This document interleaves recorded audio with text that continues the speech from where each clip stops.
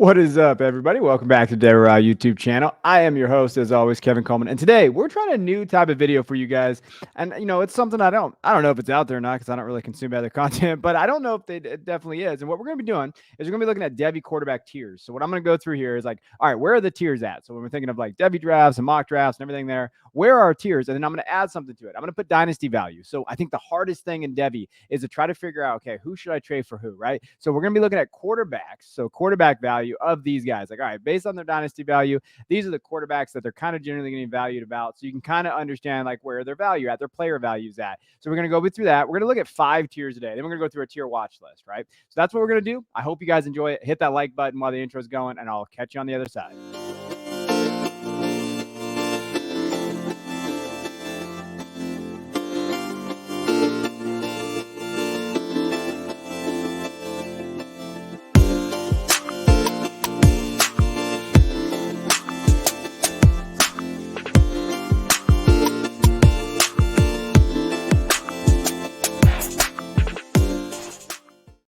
All right, so let's go through our tiers. And so this first one's going to be the elite quarterbacks. We're going to be looking at the guys that are kind of set themselves up there and where those tiers are. So let's go through tier 1.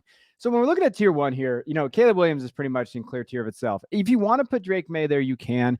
It really depends. Like, so when we're looking at just ADP right now and where everybody is going, Caleb's going 101 in most leagues and super flex leagues, right? Drake May, it varies. So in our last mock that we did, and we broke this down. So me and Jay Stein on our Patreon broke down the entire mock.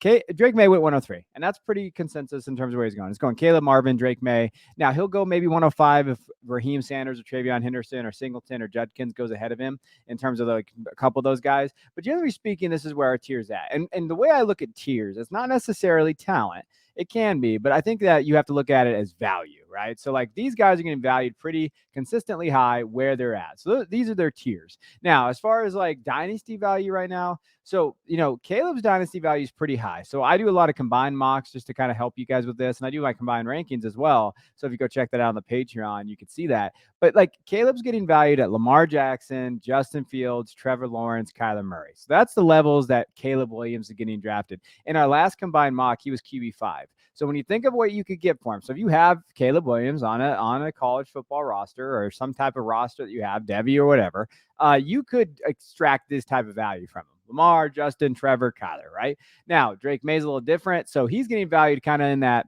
I don't know, I don't want to say 12 to 18 range or somewhere around there. So you got Bryce and CJ. So he's kind of getting drafted there. And then that really depends on where you put him at, right? So if like you put him in that category of like, hey, I think he could be QB 1 or 2 of this class that's currently coming out, then okay, he's going to be in that Bryce and CJ. Or he's in that Trey Lance and Tua Tagovailoa, right? So he's in that kind of a tier. So use this. Think about it. All right, if I have Drake May, would I like one of these guys? Or, could I get plus if I trade, Bryce for Drake, what can I get from them? Like, depending on like what you're on. And I will say this, quarterbacks in Devy are very hard to judge their value, and they shift dramatically, right? So there are some concerns there in terms of where that value is at. But right now, that's what you could get.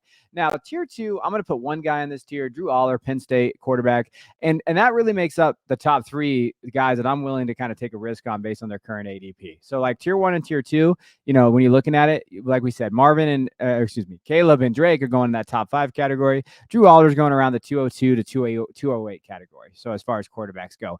And to me, like that's where the risk is I'm okay taking. Now, where's Drew Aller at? Will Levis, Kirk Cousins, Derek Carr, Trey Lance. He's going in that category too. Lance is a pretty common one in terms of where the value is going based on trades I've seen, based on mocks, based on rankings. So just to kind of give you an idea where Aller's at, that's where he would be at in terms of his value. And the reason why those 3 guys are kind of, I feel like, because of talent wise and where their value's at, especially for Caleb and Drake, and then you're betting on talent with Aller. Like that's why I feel like they're comfortable drafting those guys. If you miss on Aller in the second round, it's better than missing on him in the first, and you can still get an elite prospect at the wide receiver running back position. So that's kind of how I look at Aller. Now, tier 3, let's get into it. So this might cause some controversy a little bit. It's really hard to judge the value of where some of these guys are at, right? Between veterans and freshmen and all of that. I still have Quinn Ewers in this tier 3. Now you can move him around. You can put him at 7 if you wanted. Like to me, the numbers are arbitrary. Like it's just a tier, right? So you have Quinn Ewers there. I still think he may be able to bounce back. And where he's going in drafts in terms of like his value, it's definitely taken a step back to what he was getting drafted at. So Quinn used to get in first, second round, draft capital there. And we're just not seeing that right now. Like Arch is getting taken before him now. Quinn in our last mock went in the third round. So based on value, he's dipped a little bit in Devy value, but I still think that maybe this could be a time to buy, right? Now, JJ McCarthy, he could be anything, man. I'm a Michigan fan. So JJ could come out and be QB3 of this class next year. And like, man, he's solid, or he might go back as a senior, right? So his value is very, very volatile. He's going in like the 5th rounds of Devy drafts. So just kind of give you guys an idea where that value's at. Then you have Jackson and Malachi. And Jackson Arnold, but we've talked about him on the QB breakdown. I've done that. Go check it out. He's getting valued pretty high in terms of where he's getting drafted. Malachi is getting drafted in the 1st round, right? So in some Devy drafts, he's being drafted as high as 110. I've seen him go mid-second. Jackson, it kind of depends on what you like from him as a quarterback. I will say he's going in that 4th or 5th round kind of category. But remember, these are based on my rankings and where we have them.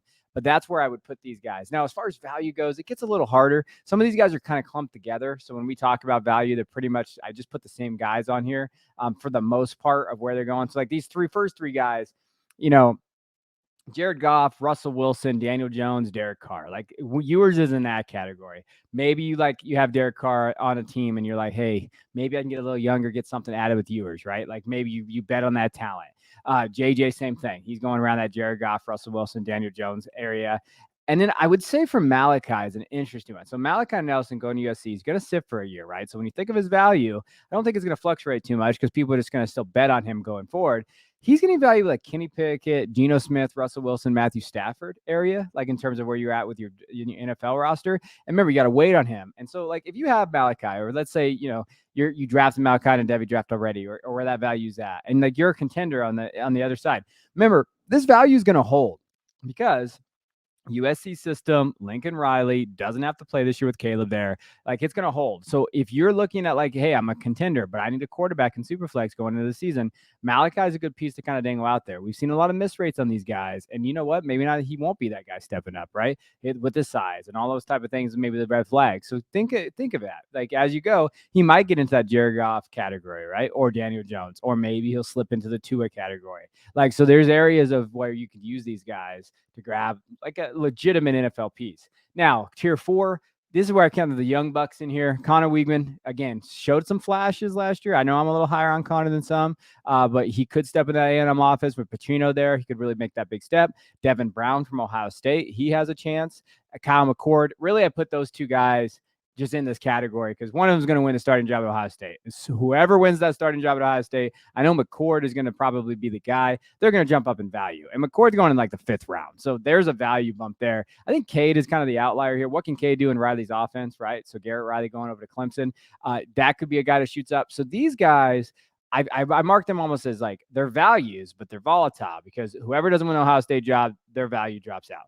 If Cade, looks good this year, he's going to jump up into tier 3 easily, right? Connor, same thing. Like some of these guys can definitely jump into that tier 3 category. So there's some risk involved, but based on the value, like, so that tier 3 category, some of those guys, like, if you're going to take the shot on them, go ahead. But tier 4 might be where you can extract some of that value, and especially in your leagues where they're all kind of going. I just put them all kind of together. Jones, Hendon Hooker, kind of depending on where Hooker is going to draft capital. Ryan Tannehill, Matthew Stafford. So like you're looking at that range of like, hey, would you feel comfortable moving these guys? Now it depends. You might have an Ohio State fan in your league, and that's one of the things I wanted to mention. These tiers are all value tiers are based on your leagues too, right? So it's really just your league mates and what their tendencies are. This just hopes maybe gives you an idea of maybe where they're getting valued. This might be a little low for you, and that's all right. So then move up the tier a little bit and see those NFL quarterbacks that you kind of want to move. Now my tier 5, the old group. Okay, this is the Jeff Bell group, but tier 5. Michael Penix Jr., he really stepped up last year for Washington. He kind of fell off a little bit down the stretch, but hey, he looked pretty good in terms of what he was able to do. Dante Moore, you got to throw a little young buck in there. So freshman quarterback going to UCLA. He's in that tier 5 category. Bo Nix, Oregon. And then you have Ty Simpson, who could win that Alabama starting job. So when you're thinking of like where those tiers are, this is probably my tier 5 for the Devy quarterbacks and how they're ranked. We always see one of these older guys pop up too. Like, so when we go through the watch list later, there are some older guys that will pop up and be like, oh, hey, who is this kid? He's stepping up there. Now, as far as dynasty value, pretty much the same thing. They're in that same category. Jones, Hooker, Tannehill, Desmond Ridder, maybe. If Ridder gets that starting job, you could maybe move off of Ridder to get one of these guys, right? So let's say you're not a contending team, but you do have Ridder, and you move off to go get Bo Nix or Dante Moore or Ty, like some of these younger guys, and you're going to take that risk because you probably didn't invest too high of draft capital for Ridder. that could be an option. That could be like a value that you do. Now, as far as a tier watch list, guys that just watch out there, Nico from Tennessee is definitely going to pop off. Arch Manning, I didn't include in this because I think he's got some developing to do, but if he's getting drafted in the second round and first round, like, so as far as value goes, you better hope he's in tier 2 if you're drafting him in the first round, right? There's times where he's going ahead of Drew Aller. That's based on preference and rankings, right? But if you're going to go in there and you're going to do that, then I understand. But just be aware. Riley Leonard could be that guy in the 24 class that we're talking about. Looked pretty good at Duke last year. So keep an eye on him. He might be deserved to be in those tiers. And again, you can yell at me all you want. These are our rankings, my rankings in terms of where I think that they're valued. But again, that's the great thing about Devy. That's why I like it. That's why it's hard, right? Now, Jackson Dart, Walker Howard, I'm just going to put them both on there. I know I'm hanging on to the Jackson Dart. People are going to make fun of me in the comments, also in the Discord. But hey, you know what? Jackson Dart, he's so far, I heard he's had a good spring. Could he win that job again? Maybe we're going to get pulled back into the Jackson Dart sweepstakes a little bit. I don't know. And then Devin Leary, Kentucky, I think he set himself in a good spot. You're looking at Will Levis, maybe going to get first-round draft capital. So that's where those values are. So there's some tier watch lists. And then the other younger guys, I want to caution everybody. Devy quarterbacks are really tough, right? If you're not playing like a C2C or college fantasy standpoint, like you don't really need the production. The thing that you need from quarterbacks is value, right? So I had a question in our Discord today that's in our Patreon, and it's like, hey, who do I take at 103 after Harrison and Caleb off the board? Is it May or one of the running backs? To me, like I'm taking May if it's super flex because it's pretty much built-in value, unless he completely falls off at North Carolina, which I can't see them doing. Now, we have seen that precedent in the past, though, so there's always that risk. You're still going to bank in that May can get you that value as a super flex quarterback, a first-round guy throughout the season, right? So if you're moving, and I think that and you're in a Devy league, a lot of guys build young, right? So when we're thinking of like, hey, they're in a Devy league, they built young, and they just kind of like they go through it. There's a chance to win your leagues using these pieces like Drake May for a legitimate quarterback prospect, right? So if we're thinking where they're getting valued, Bryce Young or someone like in that 9-10, maybe Lamar right now with where his value is going, and you can use that to your advantage. So that's where I'm looking at like quarterback values and tier. So when I look at quarterbacks as a pure tradable asset value, I don't necessarily have a lot of quarterbacks on my rosters get on my rosters from a Devy perspective. I usually use that as trade bait. That's how I'm kind of assessing the the landscape in general. So that's kind of just a little tip in terms of how quarterbacks are super hard, especially if you're new to the format. Just understand, don't overdraft our quarterbacks, right? Build through those wide receivers, running backs you can, but they are miss rate too. Like once you start getting the third, fourth round. So build through those wide receivers early, take some shots on some of these quarterbacks later. And then you hope that extracts that value, right? So like Dante Moore pushes up, right? Some of these young guys. Drew Aller didn't really see a ton of playing time, but his value still went up. Klubnik, same thing. So like these freshman quarterbacks usually don't get out there.